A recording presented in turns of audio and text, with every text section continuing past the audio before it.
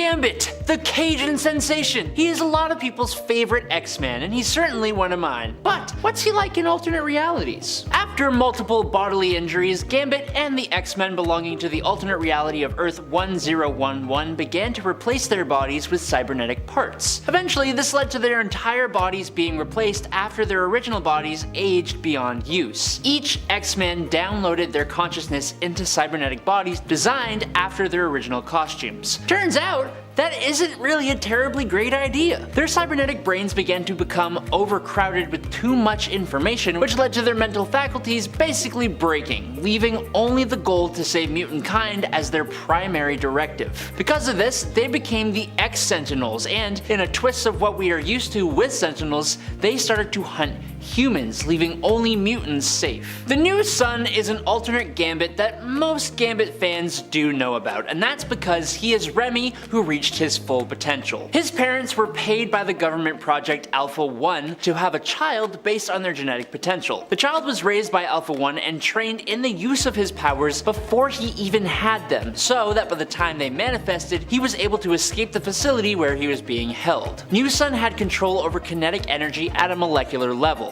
After being taken in by John Luke, Gambit learned that he was intended to become the fulfillment of an ancient prophecy to create heaven on Earth. Unfortunately, when he charged up his power in a special ritual, a chain reaction was started that caused everyone on Earth beside himself to completely burn up. The new Son traveled to other universes hoping to prevent the same thing from happening there. Coming to the main Marvel universe, he first attempted to create a new world where everyone would eventually be transported to using the main reality's Gambit to help. But when he learned that his plan wasn't possible, he tried to take out Gambit, transporting both of them to his destroyed homeworld before he became a threat to the main universe's Earth world as well. One version of Gambit who comes pretty much entirely out of left field is the one from Earth 6706. This Gambit is Remy Mackenzie, and he is the firstborn son of an alternate Afro-Atlantean Prince Namor Mackenzie and his wife, Susan Storm, the Invisible Woman. So already this Remy is wildly different. Obviously, he has the Atlantean abilities passed down by his father, but from his mother, he has gained telekinesis strong enough to allow himself to fly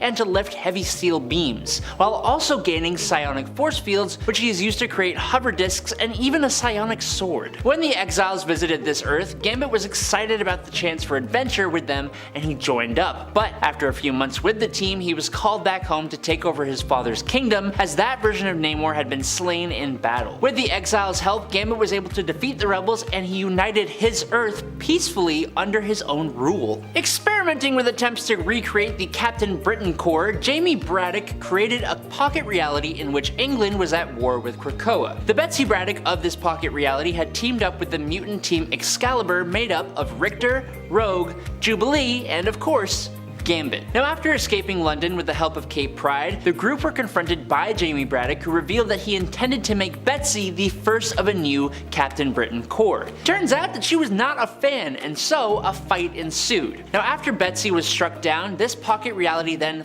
fractured again, and all four of the mutants from Excalibur were all offered an Amulet of Right, and all became versions of Captain Britain, creating a new Captain Britain Corps. X-Men: The End takes place 10 to 15 years in the future on an Earth known as Earth 41001. As you might guess from the name, the X-Men faced their end when several of their deadliest foes coordinated their attacks on them. Gambit and Rogue in this world had been running the occasional mission for the X-Men, but were still apart from them, living as a married couple and raising their two children, Oliver and Rebecca. Now, one of the villains, Mr. Sinister, had also put a target on these two kids, and in order to protect both his children and those of Cyclops and Emma Frost, Gambit took them kids and brought them to Sinister himself. This is when Sinister dropped the bombshell that Gambit was actually the third Summers brother, as Mr. Sinister had created him years ago by mixing some of Cyclops' DNA with his own to act as the ultimate weapon against the mutant apocalypse. That's a lot to lay on a guy, and when Rogue lost her life against Sinister's forces,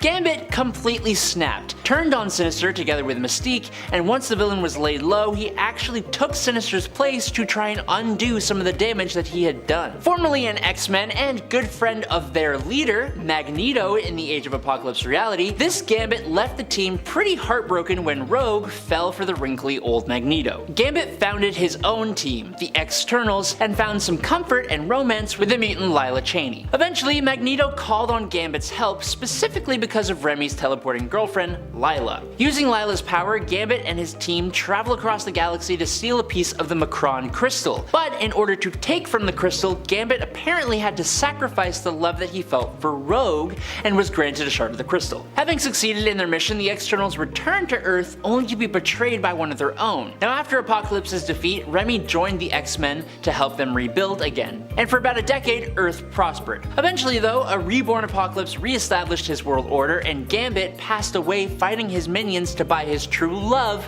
Rogue, and her fellow X-Men enough time to escape. What a roller coaster of emotion. In the regular Earth 616 reality, after the X-Men learned of Gambit's involvement in the Mutant Massacre, they felt pretty betrayed. But still, they eventually forgave their teammate. But what if they didn't? In the reality shown in What If Volume 1, number 106, the revelation of his involvement drove a huge wedge between the X-Men and Gambit, with the founding member Archangel, formerly Angel, especially having a whole lot of hatred for the Cajun. It's kind of understandable though, since the Mutant Massacre is what caused Warren to first ever lose his wings. Eventually, Archangel hunted Gambit down and challenged him to a duel to the death, except during the fight, Remy stopped fighting back, correctly guessing that Archangel would realize that taking Remy's life wouldn't really solve anything. But no one thought about the mutant Marrow. She very much felt otherwise and took Gambit down, ramming one of her bone daggers into his chest. With his dying breath, Remy basically asked the X-Men to forgive her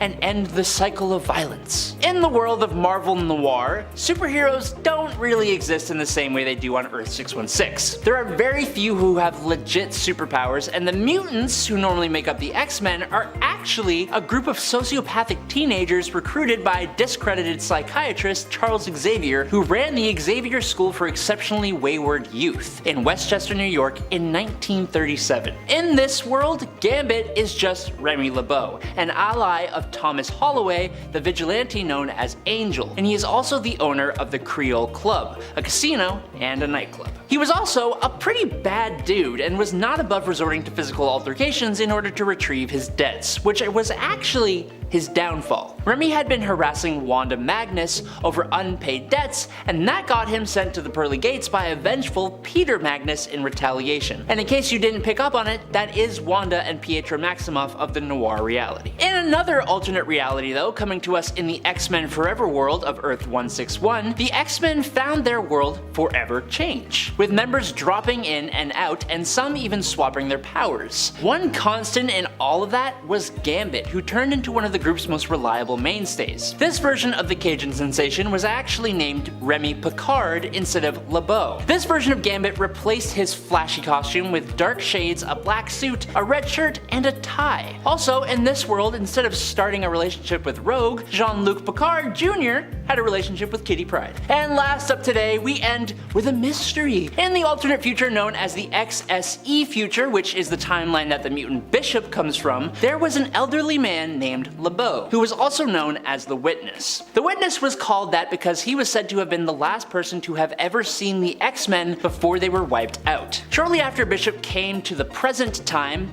back in the day, he recognized Earth 616 Gambit as the same man, only around 60 to 80 years younger. That on its own is pretty interesting, but later on, the Witness also made an appearance in the present day, and he also revealed that he existed simultaneously in all timelines at once. But this leaves the mystery of who the Witness, aka LeBeau, really is. It could be that at some point Gambit's powers evolve into him becoming the Witness, or maybe the Witness is Gambit's future offspring. What do you guys think? That's right. Carol Danvers at one point managed to become Captain America. This has actually happened in more than one reality, but for this video we're actually going to focus on the version of Carol Cap that comes from the Venomverse. She appears as Captain America in Venomverse War Stories and hails from the same reality as Venom Rocket, Earth 18197. In the story she appears in, Captain America, Carol Danvers, and Venom Rocket battle it out as Rocket is looking to cash in on a bounty for the Kree, who basically want Carol Danvers. Venom Rocket and Captain America seem pretty evenly matched here, but in the end, Rocket does not manage to capture Carol, and Carol seemingly ends up the victor of this match, though undoubtedly left with a big mess to clean up as the result of their destructive battle. Carol Danvers as Captain America still seemingly possesses some version of her Kree physiology and 616 power set here, making her a pretty powerful alternate version of Captain America, to be honest. I guess the other alternate name you could give to Carol Danvers' Cap is Cap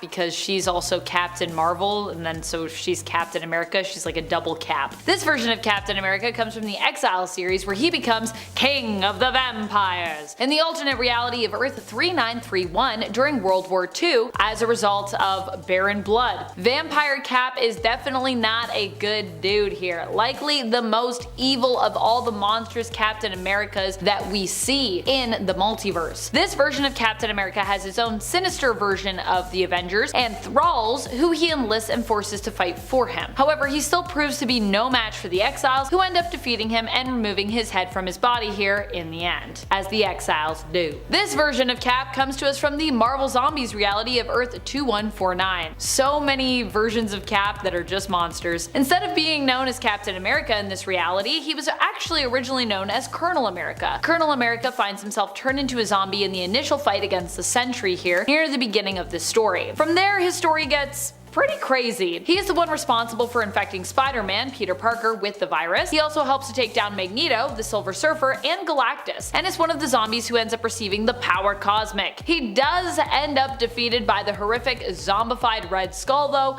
who scoops out his brains. But with his brain not being consumed, as he, was also undead, and the undead apparently taste terrible to other zombies, he would later end up having his brain implanted in the body of Black Panther's deceased son in the future, T'Challa. Yeah, Marvel Zombies, it gets pretty weird. Soldier Supreme is what you get when you combine the mystical powerhouse of Doctor Strange with the all-American war hero Captain America. The result is a character who happens to be tough, strong, fast, and a gifted fighter while also possessing tons of mystical knowledge and ability. Soldier Supreme hails from Warp World, the reality created by Gamora when she folded the universe in half using the power of the Infinity Stones. Here, Steve Rogers participated in the Super Soldier program, which was really a front for something less scientific and more magical in nature. Conducting a series of rituals, Dr. Morgan Erskine transformed Steven Rogers into the Soldier Supreme. Super Soldier hails from the Amalgam universe, stories and characters created using the combined lore of DC Comics' main roster of superheroes and villains, and Marvel Comics' main roster of superheroes and villains. Super Soldier himself is an alternate version created by combining the heroes Captain America from Marvel and Superman from DC. Put those together and you get Clark Kent. Clark Kent ended up in the Super Soldier program during World War II, which used alien DNA taken from a corpse that was discovered to alter Clark Kent permanently, granting him superhuman powers. He has the combined power set of both Cap and Supes, making him pretty crazy powerful, although he also comes with his own highly dangerous villain as well, the Green Skull, and his very own weakness to the ore known as Green K. Not an alternate version of Steve Rogers, but an alternate version of Red Skull, who beat Rogers and took to wearing his suit often enough around his newly redecorated Oval Office. This alternate version of Red Skull comes from the Old Man Logan universe, where Red Skull ends up appointing himself the new president of the United States, which he of course renames America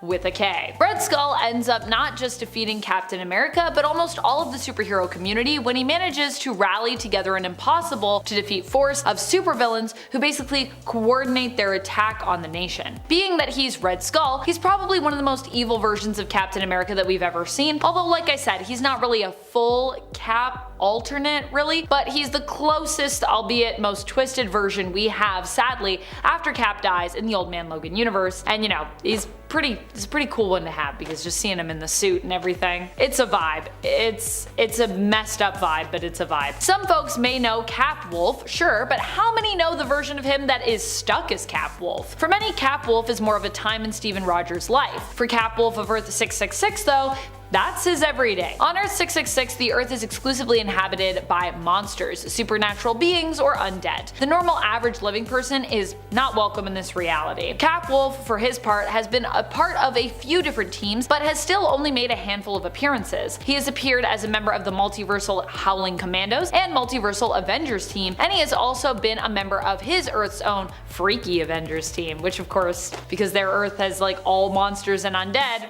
that Avengers team is all monsters creatures and undead. An evil clone with the mind of Red Skull. To be honest, this has happened multiple times in the comics, where Red Skull has ended up having his consciousness, personality, or memories put into a clone of Steve Rogers. It's happened both in the main continuity and in alternate universes. It's just a thing that happens, and people think it's interesting, so we keep doing it. In issue number 350 of Captain America, the Red Skull in Steve Rogers' clone body ends up being the mastermind behind the whole Jonathan Walker, aka US agent and commission issue that happened around that time. Red Skull's plan this time around in Steve Rogers' clone body is to discard his previous ideologies and actually use America's capitalist system to dismantle the democracy of the nation and destroy it. It doesn't work out in the end, and the issue actually ends up with him facing off against both John Walker and the Captain, and becoming deformed once more by the red dust of death. We can't let Red Skull win, unless it's an alternate reality. Then maybe. In the Age of X universe, the mutant population becomes feared after an explosion that looks identical to the Phoenix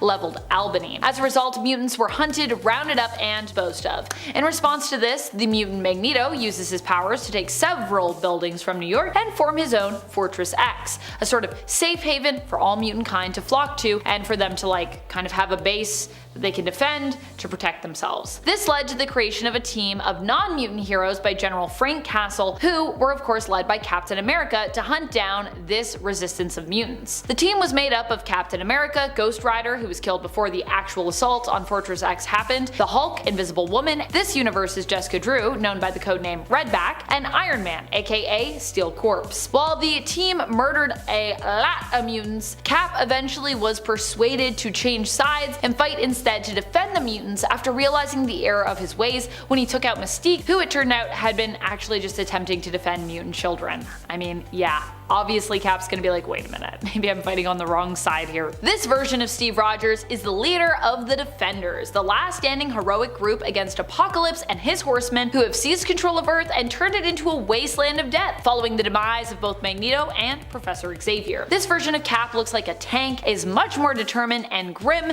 and fights with Wolverine at his side, armed with a chipped shield and Thor's hammer in what appears to be a scaled armor version of his suit, and he hails from What If? X-Men Age of Apocalypse. A lot of Marvel comic readers are aware of the Ultimate Universe, Earth 1610, created back in the year 2000. It had a pretty lengthy run with Marvel, set in a more true-to-life world and introducing cool versions of characters we already know, or introducing completely new ones like Miles Morales. Now, this world was pretty much destroyed in 2015 thanks to the Secret Wars event, but now a new version of the Ultimate Universe has come into existence, Earth 6160. Very different. This world was created by the evil version of Reed Richards called the Maker from the original Ultimate Universe, who manipulated the world's history. In this alternate universe, it was actually Howard Stark who became Iron Man, and alongside Obadiah Stane, headed Stark Industries and controlled North America. Now, after learning that the world was controlled by a group of supervillains known as the Cabal,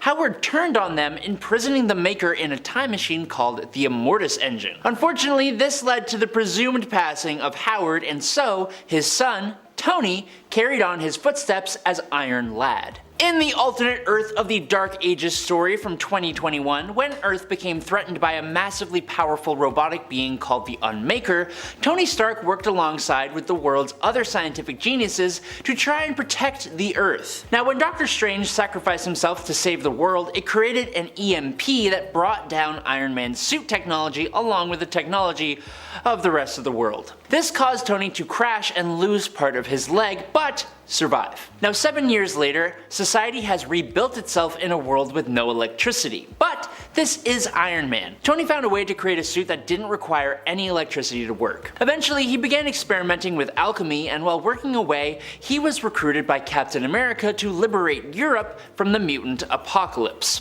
But it turns out, Cap was actually Mystique in disguise, working with Apocalypse, who then captured and brainwashed Tony along with other geniuses to try and capture the power of the Unmaker. In the incredibly recent Avengers Twilight, the world is under the control of a totalitarian government after an event called H-Day, when Ultron and the Red Hulk launched a brutal attack and wiped out most of the Avengers. Here, the son of Iron Man and the Wasp, James Jimmy Stark, inherited the empire of Stark technology. Having grown up in a society where superheroes had been tarnished by public opinion and being raised by Kyle Jarvis, who was actually a villain in disguise, James's brilliant mind was used to create the surveillance system, Iron Man drones, the armor used by the corrupt police force and the army, as well as the new Avengers. Now eventually, James also makes his own powerful Iron Man armor and uses it to fight Steve Rogers and the other heroes as a pretty capable villain before eventually trying to right his wrongs. In the world of Marvel zombies known as Earth 2149, Iron Man appears as one of the uninfected heroes in the S.H.I.E.L.D. helicarrier, where Nick Fury and other survivors try to plan to save Earth from the virus. Unfortunately, they are attacked and Iron Man is infected and joins the infected zombies. He is among the zombified population left on the Earth to see the Silver Surfer arrive, heralding the arrival of Galactus. These remaining zombies attack Silver Surfer and Iron Man loses his bottom half during the fight, but after Silver Surfer is subdued, Iron Man becomes one of the few to feast on the Silver Surfer and gain a portion of the Surfer's powers, allowing him to fly again. He then thinks of making a machine to combine all the zombies' new cosmic powers to unleash against Galactus. Iron Man, along with the Hulk and Giant Man, build the machine and finally bring him down, but then it's a brawl between different factions of zombies to see who gets to eat Galactus. The heroes easily win and they feed on Galactus, gaining his power. These zombies become the Zombie Galacti,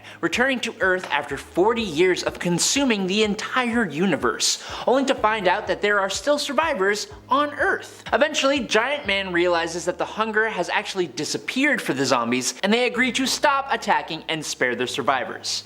Unfortunately, the Hulk still had quite the appetite and he wiped out Iron Man among many others. It seems that being Iron Man runs in the Stark family, and so the Iron Man of the year 2093 is one Andros Stark, a descendant of the Stark line and a direct descendant of Arno Stark. Now, sometime in the future it seems that Iron Man's tech becomes outlawed, but like a true Stark, this does not stop Andros from resurrecting it and using it for his own gains. Yes, Andros is more of a villain. Teaming up with Victor Von Doom, he has set up a weapons platform in Earth's orbit and plans to eliminate the population if their demands are not met. In the present day, a reborn preteen King Arthur, as random as that sounds, orders Merlin to bring the Tony Stark and Dr. Doom of the present to 2093 to save Camelot. Now, when Tony attacks the satellite, he comes face to face with his descendant, Andros. Andros' armor is obviously more sophisticated than Tony's due to the future where it comes from, and Andros makes quick work of Tony. But when Tony comes back for round 2 wielding the blade Excalibur, which is just an awesome sentence, Andros can't handle the smoke. He's defeated. He gets defeated. Now, one of the stranger alternate Iron Mans comes from an equally strange alternate world. Coming to us in Secret Wars 2, as in TOO, not the number 2, from 2015, is the Battleworld domain number 615. Here, every inhabitant of the world is basically Uncle Ben. They all have Uncle Ben's face at the very least. All the women, all the children, everyone. Yes, even Iron Man was just another version of Ben Parker. This Iron Man was a member of the Avengers, alongside Uncle Ben versions of Captain America, Thor, Black Widow, Hawkeye, and Demolition Man. They attacked the Heralds of Galactus of Hell's Kitchen's kitchen domain, who sought to steal the ultimate Wi-Fi, but were tragically defeated by them.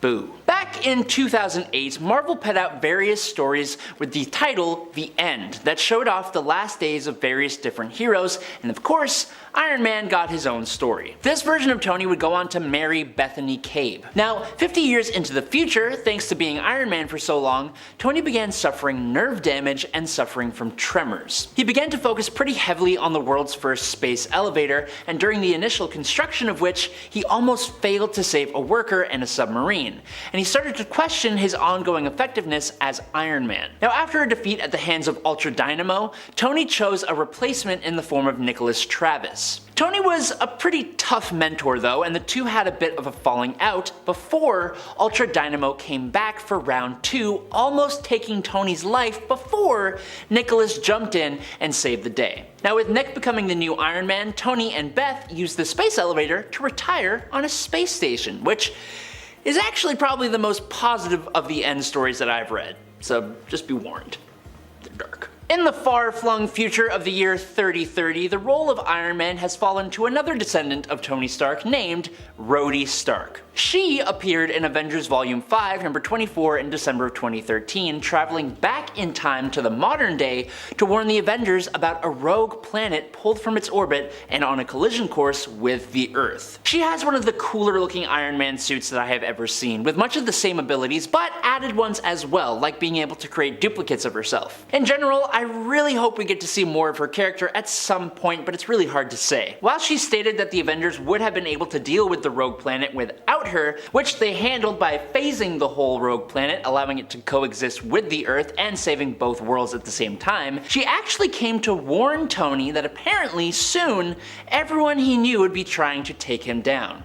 After that little ominous foreshadowing, she then faded back into her own timeline, which is super convenient. This next alternate version of Iron Man first appears in Bullet Points number 1, but as a bit of a twist, this is actually Steve Rogers. After Dr. Erskine was assassinated, the Super Soldier Serum program had to be scrapped, and Steve Rogers, still wanting to serve his country, agreed to join a program that saw him medically grafted to a giant suit of Iron Man armor. This suit resembled the first few iterations of the rough and heavy looking Iron Man armor with many of its capabilities. The suit, however, took a huge toll on Steve, who even went through rigorous stamina and strength training just to wear it. Unfortunately, Steve was eventually taken down in the suit when he was sent on a mission to subdue the Hulk, who in this timeline was actually Peter Parker. As you can probably tell, Bullet Points is really interesting, serving up alternate versions of characters in very interesting ways. Check it out if you have the chance, because the art is also pretty amazing. And lastly today, one of the fun things about Tony is that he can very easily be turned into an incredibly ruthless and capable villain. There are a few evil versions of Iron Man, but my favorite one is from Exiles issue 23. This Iron Man brought the whole world to its knees, but had the intelligence to not let them know it, and then the world begged him to take control. This incredibly evil Iron Man from Earth 42777 concocted a massive plan. Tony acquired every world conglomerate, he organized a mutant war against humanity and defeated their leader, Magneto, who he secretly actually supported, in order to be held up as a savior. He then created a worldwide famine, the likes of which has never been seen before, and then invented the cures and vaccines to fix it all. All of that to help him get elected president. He then developed weather controlling technologies to cause biblical level natural disasters in Europe and Asia, having them beg for help to the point of giving up their control to Tony. Central America and our very own Canada had economic down spirals that brought them under Tony's control, and then Tony made a deal with Dr. Doom to attack the capital and take out all the other leaders in America. Then Tony turned on Dr. Doom too, receiving a blast to the face that left him disfigured as he took the life of the Latvian ruler. He's even managed to defeat the Hulk. He is a scary dude. There is a steampunk version of Magneto, and that is the coolest thing I have ever seen.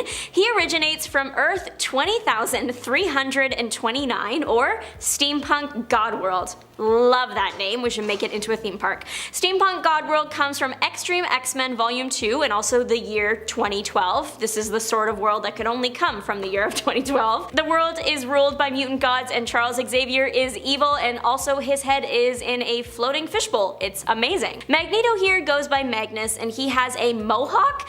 Kind of. It looks more like a Roman battle helmet. He looks great no matter what is on his head. He also wears a trench coat. Truly, this has gotta be like peak Magneto fashion here. Magnus seems to have the same powers as his 616 counterpart, but better style.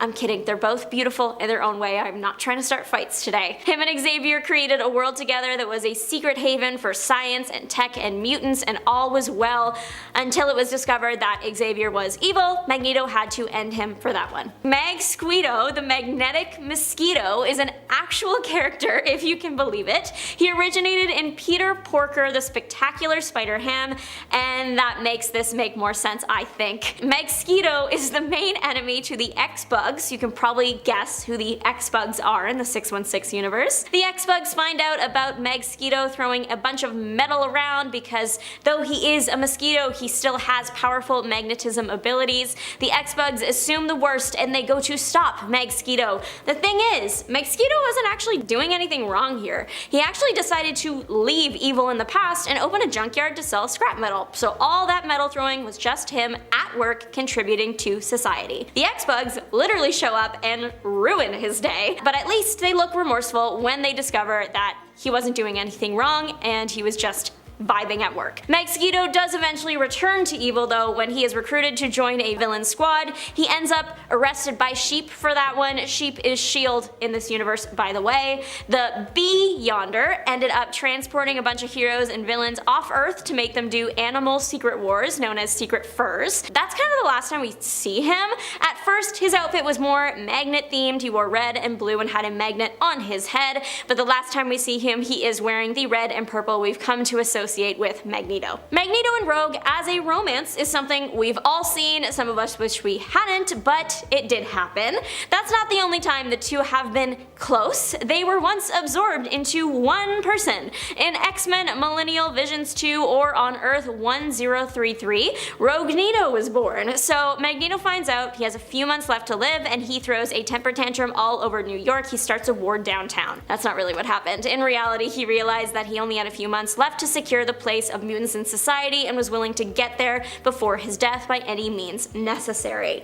In an effort to stop the event, Rogue and the X-Men tried to absorb Magneto's powers into her life force so she could attempt to use his powers to stop the fight. She did not account for the sheer amount of traumatic memories he holds in his head, and it was so much she literally got overwhelmed and shut down. Magneto had an opening to take over her body, he took it. So now Magneto is chillin' in the body of a former lover and is back terrorizing the Earth, but as a woman. As a woman who is a member of the X-Men, that causes pretty much all the problems one might expect. Roguenito broke into the High Evolutionaries base in the Savage Land to attempt to find a disease or a virus that would be strong enough to wipe out humans and leave mutants in charge of the world. He did find the disease and it did eliminate a bunch of people, unfortunately. However, it didn't work out completely in his favor as mutants were soon locked up so humans could find a cure. Magneto was still running loose in the Savage Land, so the X-Men that weren't captured went to fight her. We don't know how it ended. The Millennial Visions were just imagined futures, stories that would likely never make it to the page,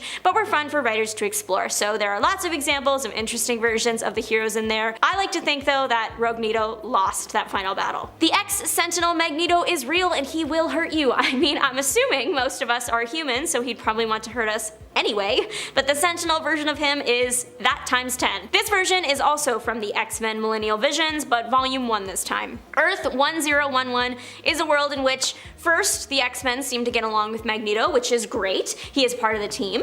The X-Men, though they are mutants, they can still get hurt most of the time. Injuries can be bounced back from, but as the X-Men get older, it's hard to heal and some injuries were too great. So to keep their bodies battle ready, if some part of them went down, it would be replaced with a cybernetic version. Eventually, their entire body was cybernetic and even their minds. The X-Men downloaded their consciousness into their bodies. This comic came out in 2000 and just 10 years later, humanity caught up. They actually did that with a real person, B-I-N-A if you are interested, but back to the mutants though. Their cybernetic bodies were designed to look like the suit of the mutants so that people would recognize them, knew they were on their side. The problem with these cybernetic brains is that they started to overflow with information and break down, leading to the team taking a page out of Magneto's book and existing with their one purpose they were built for, protecting mutant kind by any means necessary. And that meant terrorizing humans and hunting them down just to keep mutants safe. With all the demonic things Magneto has done in his life, it's only fair that he once had what looks like little devil horns on his helmet. Earth 928 exists in X-Men 2099 and it's responsible for maybe Devil Magneto? This Magneto is mentioned in a speech. The speech is about the rights of mutants and the rules of combat that go with it. This Magneto is assumed to have all the same powers of 616 Magneto plus what looks like 2 little horns. Magneto's helmet has taken on a lot of different shapes. Earth's 1191's Magneto helmet kind of looks like a scorpion?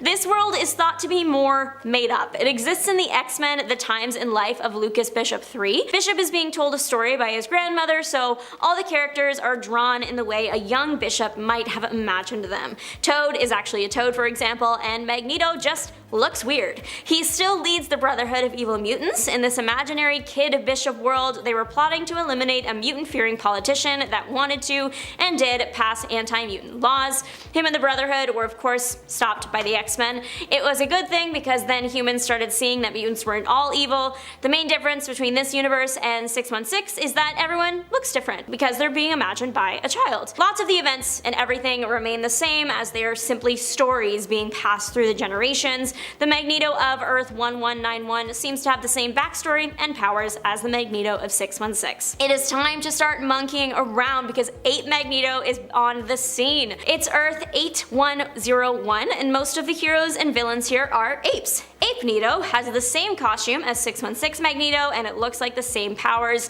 The biggest, possibly only difference between the two is that one is a few steps behind in its evolution. Ape Magneto really isn't in the comics a lot, but he is there just enough that you clock his presence. He was featured in a big battle where the Ape Avengers, Ape X-Men, and Ape Fantastic Four were all trying to defeat the Ape Beyonder. It appears that Ape Magneto and Magneto 616 share similar, if not the exact same power set. With all the antics Magneto gets up to, it's only a matter of time before he became a court jester. Magneto has done a lot of bad things, yet I almost feel bad for him in this situation.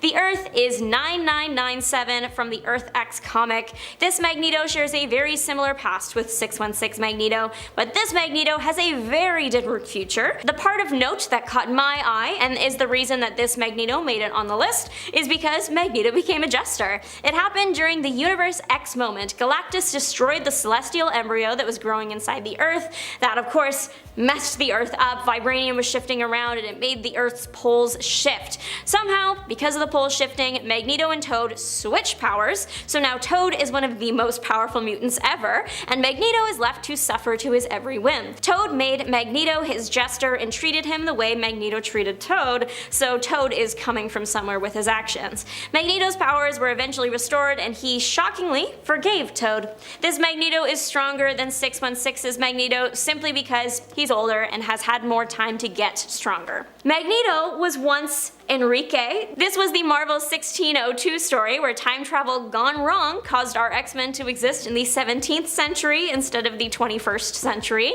So everyone has new names, not just Magneto. How we get Enrique from Magneto or even Max? Unclear, but this is taking place during the Spanish Inquisition, so that probably has something to do with it. Magneto 616 is Jewish, but this Magneto was taken as a kid and baptized against his will into the Catholic Church and then kept there and raised there. In this world, mutants are called witch breeds, and so the usual elimination methods used during the Spanish Inquisition are used on the witch breeds. Every major thing that happens in the original plot happens here, just with a historical twist. 17th century Magneto became the Grand Inquisitor at his church and he was responsible for targeting witch breeds, but if a witch breed blended in, he would kind of just turn the other cheek, like with his kids in this universe. Of course, Enrique does get found out for his witch breed status and then escapes to America.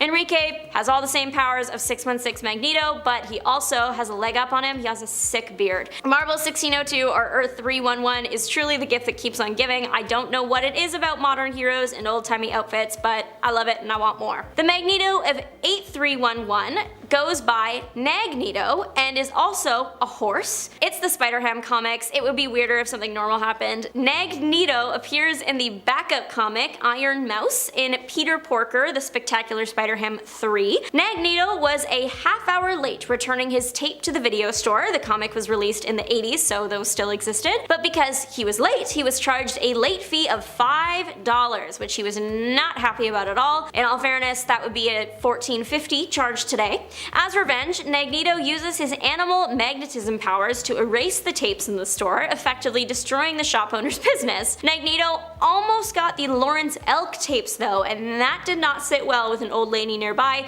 so she smacked him into a concussion with her umbrella. Magneto disappeared for over 3 decades, then reappeared in 2020 in Spider-Ham 3 in the background of one of the big battles. This reality, Charles and Magneto are not the ones to become Onslaught, but instead Jean and Magneto are. Like many other versions of Chuck that exist across the multiverse, this one dies earlier on, which causes events in this reality to splinter off and change. In the fight against Magneto, Charles ends up dead, and it is when this happens that Jean's latent and supreme powerful psychic abilities spark. This happens of course because Charles was the one who had put up barriers in Jean's mind to protect her from this awesome power that she has. When he dies, the barriers basically go with him. Jean is the one who ends up shutting down Magneto's mind, and as a result the two psyches merge to create this universe, Earth 696's version of Onslaught. This version of Charles and Jean and Onslaught first appeared in original X-Men issue number 1, which only came out last year in 2023. Who would you like to see combined together to give us an Onslaught, and what do you think would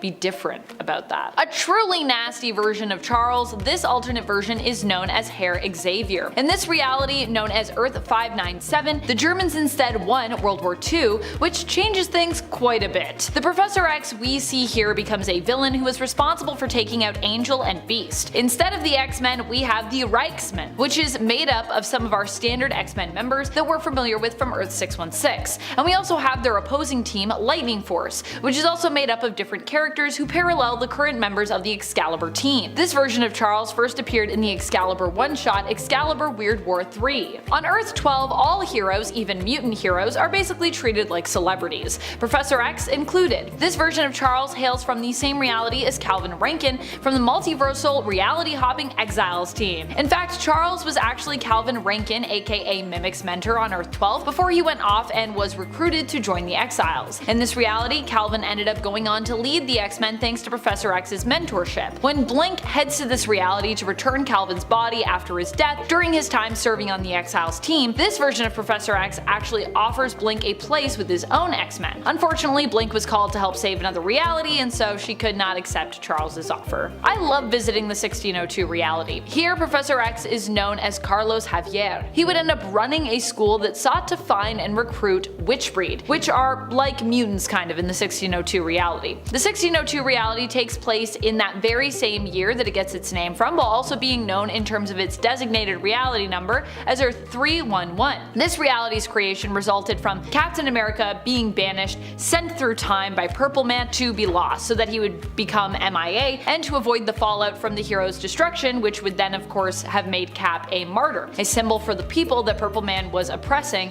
to rally around. This was after Purple Man had basically come to rule the world, or a version of it anyways. As a result, the past was changed and Marvel's heroes started appearing sooner in comparison to when they showed up in the Earth 616 reality, in terms of our timelines. Kane, Marco, and Professor X end up becoming friends in this reality, often known as MC2. It's believed that they share the same origin as their Earth 616 counterparts, but instead Juggernaut ended up reforming later on in life. Actually kinda like what's been happening recently in the comics with Juggernaut. This version of Charles made his first appearance in a flashback in the Wild Thing series in issue number 5. Wild Thing is a series that follows the adventures of the daughters of Logan and Elektra. In the MC2 reality, aka Earth 982, you see we get to explore what the world could be like if superheroes were basically allowed to age, retire, and settle down. This is also where Spider-Girl comes from. This one is pretty great, but also pretty goofy in some respects. In this world and what if story, we answer the question, what if Professor X had become the Juggernaut? In case you were wondering, we would get an extremely beefy version of Charles here. Honestly, I do think this story is pretty interesting too. When Kane was about to touch the gem of Sidorak, instead, Charles pushes him out of the way and he accidentally comes into contact with it. This grants him the powers of the Juggernaut, but also, like Kane, he gets trapped in the cave following the cave-in that ensues. When he finally emerges as the Juggernaut, he'll face off against Magneto, who is threatening the United Nations, and he'll ultimately beat him and then convince Magneto's team, the Brotherhood of Evil Mutants, to become the X-Men and work with and for Charles. With this X-Men team, Juggernaut would in essence conquer the world, protecting mutants but, not really caring so much about the fate of humans. Eventually, the X-Men and Magneto work together to overthrow Charles and send him hurtling through space. This all goes down in the second series of What If in issue number 13 if you wanted to check it out. This version of Charles, also known as Modok, hails from the Age of Apocalypse reality, or AOA. AOA, aka Earth 295, was created as a result of Charles Xavier's death happening. This happening early also puts events in motion that basically allow Apocalypse to seize power, with him going on to rule the world, hence why we call it Age of Apocalypse. So if Charles is dead here, how does he become Modok? Well, this specific version of Chuck is not actually the original version, but is instead a clone, or at least a clone of Xavier's brain,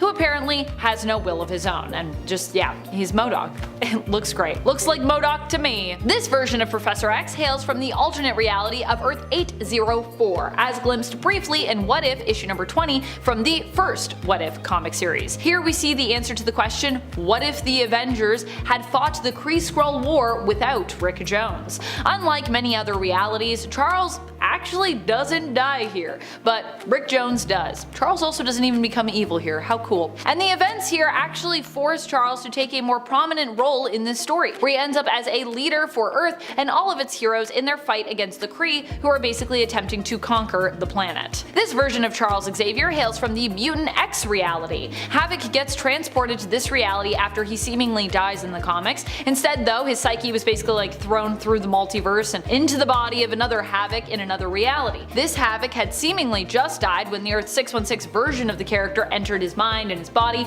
allowing him to live on. Earth 616 Havoc would go on to live basically a whole life in the Mutant X reality, meeting tons of alternate versions of the 616 characters, including Madeline Pryor, who would become his wife, and whom he would also have a son with. What is it with Havoc and having children that exist solely in alternate realities? That is a weird thing that Havoc has. He like gets to know them and then he's like, anyways, back to 616. Here, Havoc was the sole Summers brother who lived as well. Professor X was one of the characters from this reality, and obviously we're going to talk about him. Xavier becomes a villain in the Mutant X reality known as Earth 1298 after being corrupted by the Shadow King. Yeah, this version of Charles is one of the evil ones. He goes on to team up with Sinister at one point in a plot to take the power of all of Earth's telepaths for himself. Pretty evil. This plot ends up actually being so evil, so dastardly, so deadly, that Sinister even turns on Xavier, attempting to stop him. You know your plot is evil when Mr. Sinister's like, you know what, actually, I think I'm gonna stop you there. This is just a fun little goofy one, and I feel like a really fun way to end this video. In this universe, the X-Men are instead known as the Rex-Men. Here, they're all doggos. This appearance of Charles comes from one of the little short stories seen in Millennial Visions. Always a fun and bizarre, just comic collection of stories to revisit. This story was titled Universe Rex. Here, Professor Rex's Rex Dogs team includes dog versions of Colossus, Bishop, Storm, Gambit, Wolverine, and Banshee. Rogue in this universe still had her absorption abilities, and when the X-Men were split into two factions thanks to the betrayal of Storm in this story, Rogue was teamed up with Gambit and Nightcrawler. Now Nightcrawler got a call from an old friend who needed help in Jackson, Mississippi, and Rogue offered to go along since she was from that area. Now when they got to the address, they found Mystique, who had actually faked the call, and in anger, Rogue attacked her for always interfering with her life, and she fell unconscious after hitting into a gas tank, which caused an explosion. Now when Nightcrawler got to her, she was not breathing, and so he gave her mouth-to-mouth resuscitation. She lived, but something had happened. Instead of just getting Kurt's powers, Rogue and Nightcrawler had actually both completely switched powers and appearances. While she initially hated her new blue appearance and tail, not to mention only having teleportation powers, she did eventually get to hang out with Spider-Man and get more accustomed to her new qualities, but then the whole thing got cancelled and we will never know more. Now Rogue is ordinarily one of the most powerful mutants in the 616 world. Her ability to absorb other people's powers makes her almost unbeatable in battle. However, in 1602, Witch Hunter Angela, a 17th century version of Rogue named Anna Maria, discovers that her absorption abilities are useless against the Enchantress, who uses magic to possess witch breeds, aka mutants. Without a teacher, Rogue's powers are pretty much completely untamed, and due to how deadly her absorption powers are, she was kept locked away in a tower. Well, that, and she was being used as a pawn in a twisted game between the Enchantress and a warrior called Angela. Now whilst Angela had made it her mission to eradicate any witch breed she met, she took pity on Anna Maria as she saw her as a sympathetic and tragic character. The Enchantress, though, eventually possessed Anna, and Angela had to bring her down, only for Anna Maria to be eventually resurrected later on. On Earth 616, Rogue can absorb others' powers, which gives her near limitless potential. However, her powers are dampened by control. Even though she trained under Charles Xavier for years, Rogue's control of her absorption abilities has never been that strong. But in Exiles number 99, writer Chris Claremont imagines a version of Rogue where control was never a problem. The reality hopping team known as the Exiles come across a young mutant named Anna Raven who, like her Earth 616 twin, has absorption powers. However, However, this version of Rogue only absorbs through her hands as opposed to her entire body. This version can also recall the powers of every person she's ever touched, making her pretty darn capable. She also came from a rich family but rebelled, choosing to become an outlaw and master thief. Now, whilst breaking into a vault one day, she was found by her world's Iron Man, but was saved by Morph of the Exiles. Joining the team, she dove straight into their mission of fixing broken realities. X-Men: The End takes place 10 to 15 years in the future of an Earth known as Earth 41001. As you might guess from the name, the X-Men faced their end when several of their deadliest foes coordinated their attacks on them. Gambit and Rogue in this world had been running the occasional mission for the X-Men, but were still apart from them, living as a married couple and raising their two children, Olivier and Rebecca. Now, Mr. Sinister manipulated Gambit into handing over the children to him, so in response, Rogue went to the Neverland camps and freed her children, but she was unfortunately wiped out by Mr. Sinister, who stabbed her in the back while he posed as Gambit, which is quite surprising given the fact that this Rogue still had the abilities of Carol Danvers. But moving over to the House of M reality, created by the Scarlet Witch that saw mutants becoming the dominant species of the Earth, Rogue's parents lost their lives when she was very young. Because of that, she spent some time in an orphanage, but when her mutant powers inevitably manifested, she earned the attention of S.H.I.E.L.D., which in this reality was run by Sebastian Shaw and allied tightly with Magneto, who ruled the Earth. Mystique was sent to recruit Rogue, and as usual, the two formed a bond. So much so that Mystique also adopted Rogue here as well. Rogue was trained well in the use of her powers until she was able to join the elite squad of S.H.I.E.L.D. agents known as the Red Guard, alongside Wolverine and her adoptive brother, Nightcrawler. In the Ultimate Universe, Rogue, who in this universe is named Marion Carlisle, was found and experimented on by Weapon X when she was still a young child. She was subsequently sent on many dangerous operations and missions. When the X-Men made a public appearance on a television show, Rogue was used by Weapon X to absorb some of Colossus's knowledge about their mansion's secrets. She reported said secrets to Weapon X, who subsequently captured the team. Now, the Brotherhood of Mutants would later rescue all the captured mutants, including Rogue, and after Weapon X was defeated, Rogue stayed with the Brotherhood, and when the President of the United States ordered the Ultimates to capture all Brotherhood-affiliated mutants, including Rogue, she surrendered peacefully and was offered amnesty in exchange for her joining the X-Men, where she had a brief relationship with Iceman. Now, later on, she was kidnapped by Gambit, whose employers gave Rogue a special suit that they developed with which she could control her powers. However, when Fenris, that organization, decided that Gambit was now useless and wanted him wiped out, he and Rogue fought them off together. Rogue then quit the X-Men, rejoining the team after Gambit was taken out and she had gained his powers. During Magneto's attack on New York, Rogue permanently absorbed the powers of Juggernaut, gaining his super strength, and she would eventually find herself living on the island of Utopia. In Infinity Countdown, Captain Marvel #1, the Prime Marvel Universe Carol Danvers, Captain Marvel, went to visit alternate reality Earth 9289 using the power of the Reality Stone, since the gem linked her to the wielders of the gem in other realities. Now, funnily enough, the wielder of the gem in this reality was Anna Marie. In this reality, when Rogue infamously touched Miss Marvel to absorb her powers, Carol grabbed onto her arm and didn't let go. In addition to Carol's Kree DNA glitching out Rogue's powers, the prolonged contact caused each of these two to end up absorbing the powers, memories, and personality of the other completely. Now, Rogue sought out Professor X's help, but instead of her normal story, afterwards she went to space and as a consequence of an encounter with the Brood, gained the power boost to become binary. She looks awesome as binary, even if she doesn't look very different compared to Carol Danvers as the character. When Earth's heroes were taken to a distant planet by the Beyonder to perform in the Secret Wars, it was only because of the scientific mind of Reed Richards that they could return home. However, in the reality shown in What If number 114, Reed actually passed away, leaving both heroes and villains stuck there. Now, over time, both parties decided to put their differences aside and just settle down. Rogue became romantically involved with Captain America of all people, only, it's important to note that it wasn't really Rogue anymore who was in charge of her body, but again, the Carol Danvers personality took over. Carol, or Rogue, being able to control Rogue's absorption powers, had a kid with Captain America who they named Sarah. Their daughter had taken on Carol's powers, but she also could pick up Thor's hammer and often donned her father's shield as well, taking the codename Crusader. As is often the case with big names in Marvel and DC Comics, some of the coolest alternate versions of characters came from the big Amalgam event, where characters from Marvel and characters from DC were merged together to create entirely new characters with aspects of both. For the character of Rogue, she was amalgamated with the largely unknown DC character Gypsy, and went by the name Anna Marie Reynolds, aka Runaway. Despite being a fusion of the two, Runaway only really showed off her Rogue powers, abilities, and memory absorption powers in tandem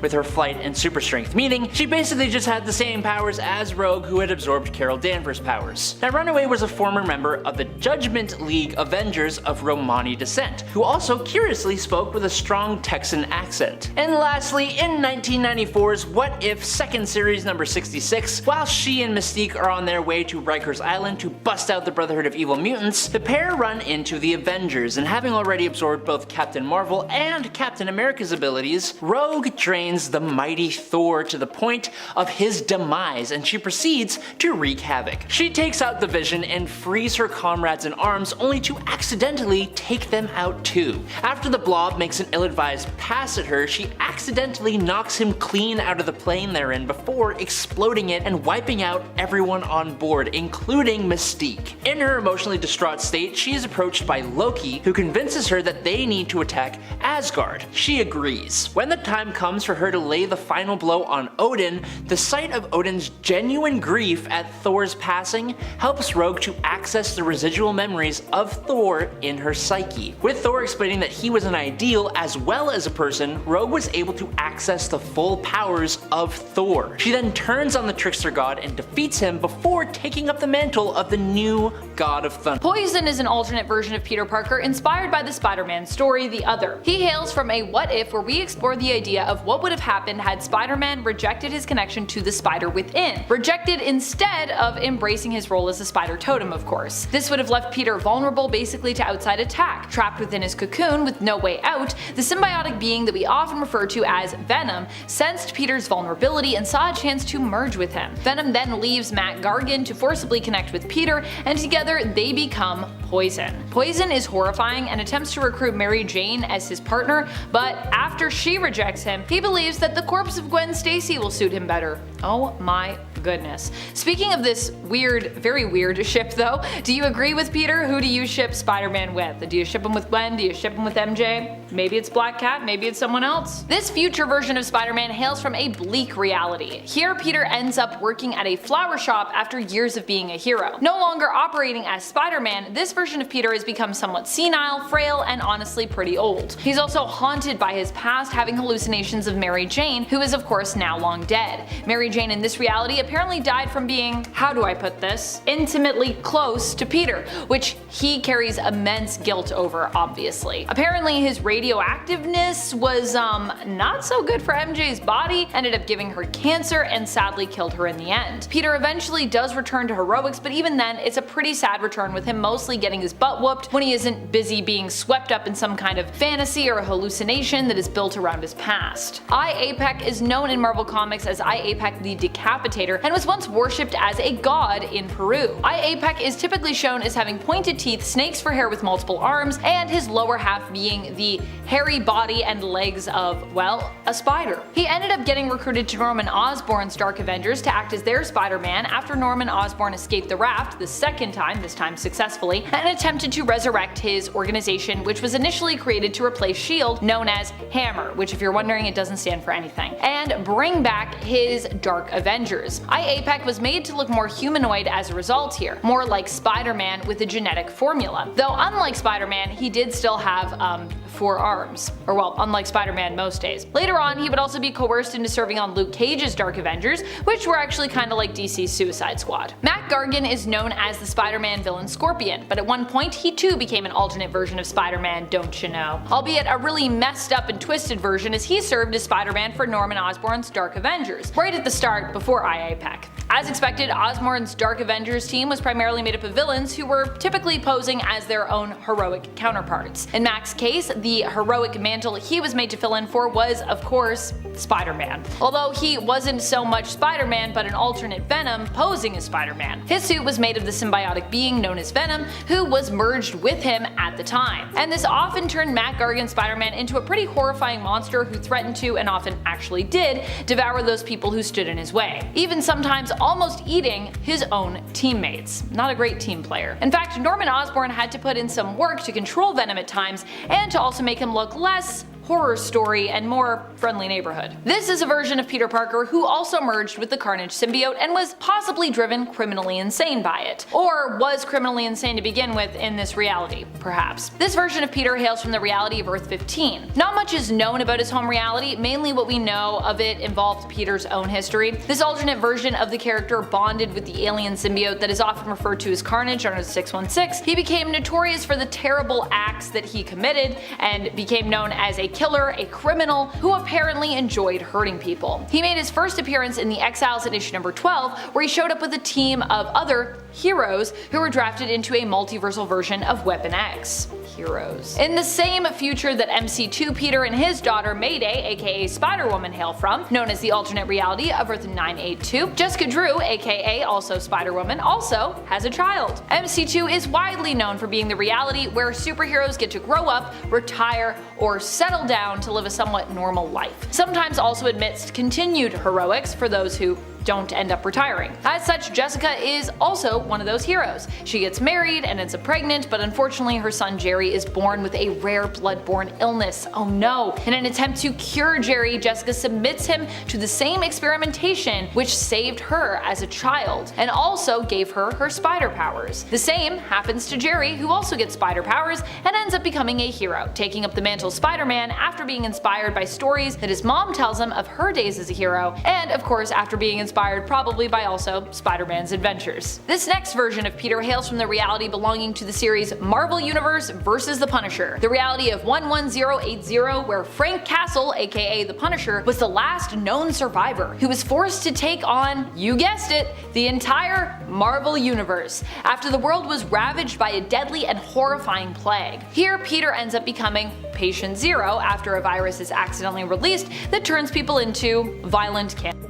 Peter himself devours Rhino during a hockey match and is taken to be researched by the Fantastic Four. However, he does not stay quarantined as the virus spreads to Ben Grimm of the FF, who releases him, and he goes on to become the leader of one of the tribes involved in a turf war. The Punisher ends up killing him after helping to rescue a pregnant Mary Jane in exchange for information that Patient Zero has. Spider-Man has to be one of my all-time favorite alternate characters in the history of Marvel. I just love that she became a full-fledged hero in her own right, and that she helped to defeat the Inheritors the second time around, while also deciding to raise all the then made baby versions of them. I was really thinking if anyone could have, helped the Inheritors to grow up to not be spider totem devouring villains, it would have been Aunt May, if it was possible. Spider-Man hails from the Earth of 3123 and comes from What If, issue number 23 originally, where we asked the question, what would happen if Aunt May had been bitten by a radioactive spider in the place of her nephew, Peter Parker? The answer is Spider-Man, and I love it. Spider-Man 2211 is like Spider-Man 2099, but from even further into the future. He is known as a time spinner and does his best to protect the time field. This version of Spider-Man is named Max Bourne, and his appearance also differs from the Spider-Man of Earth 616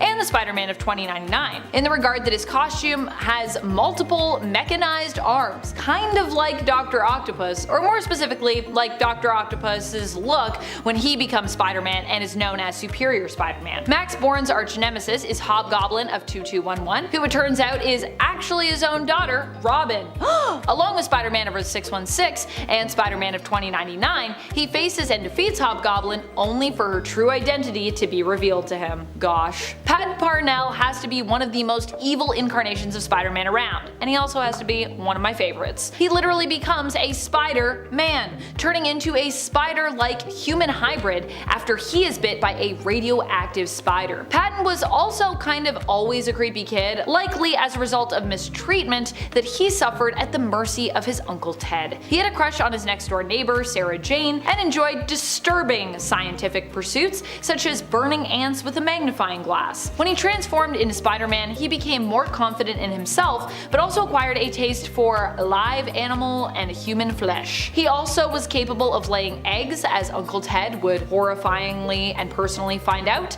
after young Patton took revenge on him. And I'll just leave that image in your mind. We will start things off with Robbie Banner, the Hulk of Earth 138, the Earth where Hobie Brown, aka Spider-Punk, runs around. This Hulk is literally so cool. He looks punk for sure. He's got tattoos and a mohawk and massive chains as a belt. The ripped shorts in this universe seem less of an unfortunate side effect of hulking out and more of a fashion statement. I think he also walks around with a little earbud, so he's really hip. My only critique of this look is that because the mohawk is green, it kinda looks a little bit like grass, but not enough that I really care. Punk Hulk was friends with Spider-Punk and they fought many battles together, defeating the UFOs, Hydra, and the Universal Church of Truth, and Kang the Conglomerator. Punk Hulk is taking some time off from fighting for now, which makes me sad because he is so cool. He first appeared in Edge of Spider-Geddon 1 in 2018. Hulky is a hilarious play on the Archie comics, and you can see him in Marvel Superheroes 103. Marvel artist Terry Austin and writer Roger Stern had a lot of fun with this comic. It was put out right around when Marvel was seriously getting into animation, so these guys decided to try their hand at reimagining the Hulk as popular old-style cartoon characters. Technically, Hulky was the second of the two, but we'll talk about number one next. The Hulky cover uses all the elements your typical Archie cover does. Hulky is doing some level of buffoonery in an effort to woo the Veronica of his world, Betty Ross. Betty looks great. She's wearing a stunning pink evening gown and decked out in jewels and fur. Hulky also looks good, a bit mismatched, but you can tell his heart is in it. He has his own version of an Archie sweater with a big R for Robert. He has plaid pants and a polka dot tie. Truly a fashion icon. Hulky heard you're supposed to bring a girl a plant on a date. Usually the choice is flowers. Hulky picked a tree. The squirrel who lived there wasn't too happy about this and can be seen pelting Hulky with nuts. Hulky is from Earth 10,381 and the title for the fake book is Hulky, America's Typically Incredible Teenager. I wouldn't be mad if Marvel actually put this book out. Honestly, I am asking Marvel to not only make Hulky actually happen, but Hulk hair too. He is a parody of Bugs Bunny and just the Looney Tunes in general. From the limited info the fake story cover gives us, we can assume the story would pan out similar to how the story usually goes between Bugs Bunny and Elmer Fudd, except Elmer is General Ross, and I don't think he's going to win this time. This cover even features Stan Lee doing the iconic "That's all folks" bit, but saying "face front folks." Hulk hair somehow looks scarier to me than actual Hulk. Maybe, I don't know, it's the massive bunny teeth or the fact that the Hulk is covered in fur, which is unsettling, or the long ears, I don't know, but I know I wouldn't mess with him. This isn't even the only time the Hulk has been made into a bunny. There's also Hulk Bunny from Earth 14,094, then a different Hulk Bunny from Earth 8,311, the Spider-Hamverse. There's probably more than that I haven't found, but our Hulk hair is from Earth 81,113. And that's all folks, moving on. The Hulk from Earth 9,939 fought back a major disaster in the year 2020. What I think is funny is somehow Marvel predicted the world was going to have a major event happen in the year 2020, but instead of an evil monster coming and making everybody too afraid to fight back, it was a virus that made us all too afraid to go outside. Marvel, you almost had it. Anyway, this Hulk was a member of the X Xaviers. They were a superhero team that swore to protect a specific area from Charnel's drones. Charnel is this evil human cyborg magician that has taken over the Earth. So he is the one that pretty much every hero on Earth is fighting against. When the various hero teams are gathered up by Tony Stark and actually start working together, that is when the tides turn and the good comes out on top. This Hulk seems like he might be closer to Nerd Hulk than regular Hulk. He speaks in full sentences and just seems very in control of himself. Earth 71,612's Bruce Banner wasn't the only person in the room when the Gamma Bomb went off. This Bruce Banner was an employee for Banner Tech Industries, right? He discovered Amadeus Cho was experimenting on pigs with gamma radiation, turning the pigs into big green monsters. Now, he just needs to do it to chickens and have some green eggs and ham. So in this space, we now have Banner and Cho, in walks another guy, Gabe Jones, to warn them that AIM stole their gamma bombs and was going to launch them at big cities. You know what that means. Hulks everywhere. There is a valiant effort made to stop the explosions. Cho tweaks the bombs so they do not cause a massive explosion, but instead it explodes into a massive cloud of green gas. That green gas causes everyone that inhales it to turn into a Hulk. There is a couple hundred people in the vicinity, minimum. The end of the story features Banner saying Cho saved the world, but who was going to save the world from all the new Hulks? This version of the Hulk appears more vicious than his Earth 616 counterpart. He has fangs and a really long lizard-looking tongue, and he just overall looks scarier. The Hulk once became a gunslinger in the Wild Wild West when he was reimagined to be the two-gun kid of his world. This also happened in a Marvel Superheroes end of the comic Imagine situation, but it's so fun, and I love cowboys and the color green, so two-gun Hulk had to be acknowledged. I love the implications of Hulk being two-gun kid, because then that means the later version of him that joins the Avengers, because the Hulk can kind of live forever, and I like to think he would still join the Avengers when they are created, but when he does that, everything would be the same, but he has a southern accent and can shoot real well. Wouldn't it be swell if instead of saying Hulk smash on Earth 84,112, he's just saying like Hulk shoot or something? Point is, the Hulk as a cowboy is a great idea, and he wears the cowboy hat well. The Hulk is one of the strongest heroes in the Marvel Universe, but then one day he got extra jacked when he got lizard serum. He became Lizard Hulk. It makes sense, the lizard is green, the Hulk is green, why not put them together? The Hulk of Earth 19,919 has probably an almost identical history to 616 Hulk, but with one change. He was infected with the spider virus. It's the virus that made Peter turn into an actual spider and then molt back into being a human. You are also under the Spider Queen's control when infected. On Earth 616, the virus doesn't affect superpowered people. Earth 19,919 is the Earth where the virus mutated to harm super people. The Spider Queen's influence over the Hulk was broken when he was given the lizard serum and he became lizard-like. He was still green, obviously, but super scaly now and has sharp teeth. He looks like a big iguana. Lizard Hulk was part of the storming of the Queen's castle and eventual defeat of the Spider Queen. All this happens in 2015's Spider Island series. Lizard Hulk isn't the first Hulk to experience something that was supposed to happen to Peter Parker. The Hulk from Marvel's on Earth 200527 is the Spider-Man of his world. Hulk was the one bit by the spider here. It's a short and sweet story, but I do have questions. Hulk is shown as Spider-Man as Hulk. Banner is not involved, so that means the guy running around New York in the Spider-Man costume is a huge Hulk-sized man. Hulk does work for J. Jonah Jameson, like Peter does, and I love that Jameson doesn't realize that the only other person in NYC that is as big and strong as Spider-Man is his employee, the Hulk. It's funny to think about the Hulk getting all the powers Spider-Man does, because Hulk is already super strong and powerful, so would he just get stronger? Would the spider bite even do anything with Hulk's healing factor? These are all very important questions. Spider-Hulk was later seen helping alternate universe Spider-Man when they were all working together to defeat the Inheritors. Nerd Hulk of the Ultimate Universe Earth 1610 became a vampire and caused too many problems to count. Ultimate Hulk has a kind of vibe like Nerd Hulk from Avengers Endgame. He's a mix of Banner and Hulk. He was a clone created by Tony Stark's older brother Gregory to have Banner's intelligence and Hulk's strength. This had its advantages and disadvantages. Now the Hulk could think rationally and use his strength for good, but now the Hulk thought rationally. Anger was no longer driving his strength, which meant he was easier to defeat in battle. Nerd Hulk was involved in the fight against Red Skull and the Cosmic Cube. Then he tried to join the Ultimates, but they rejected him. He decided to move to the Big Apple, which also went wrong. He was attacked by vampires. Other versions of Hulk that have been bitten by a vampire will sometimes heal really fast because the gamma radiation can stop the vampire disease. This isn't the case for Nerd Hulk. Maybe it has something to do with the fact that he is not full Hulk, I'm not sure. Nerd Hulk, he is a vampire, he works for the Vampire King, he turned Daredevil into a vampire. Eventually, he becomes the Vampire King and leads a whole vampire army. Captain America was able to fight off the vampire infection of this world and managed to defeat Nerd Hulk and co. when he teleported everyone to a sunny place. Originating from the experimental time that was the 90s is Skulk of Earth 9602. This is the Amalgam universe. It is a combination of 616 and New Earth, so it's a combo of Marvel and DC. Lots of the characters from from here are a combo of a Marvel character and a DC character. Skulk is Hulk mixed with Solomon Grundy. Solomon and Hulk, they already look super similar. I would say that Skulk is more Solomon in looks just because he is an all-white